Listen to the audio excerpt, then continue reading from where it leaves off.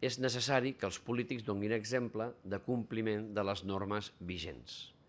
Si els que tenen la màxima responsabilitat pública no donguessin exemple de compliment de les normes, de les lleis, el missatge que s'està traslladant a l'opinió pública, als ciutadans, és que si una llei no m'agrada, no la compleixo. Si una norma no hi estic d'acord, no la compleixo. Si el tribunal em diu que estic actuant malament, no li faig cas. I si el tribunal m'exigeix que compleixin les normes, jo, com que no m'agrada, no ho faig.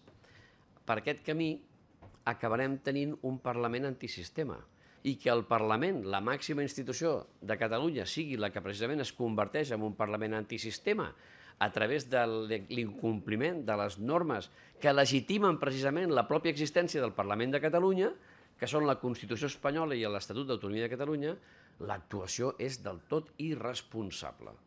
Nosaltres demanem a la mesa del Parlament, que és qui ha de convocar la constitució de la comissió que ahir el ple del Parlament va aprovar, que és la comissió aquesta específica sobre el dret a decidir, nosaltres hem demanat a la mesa que no convoqui la constitució de la comissió fins que s'aixequi la suspensió temporal que ha dictat el Tribunal Constitucional.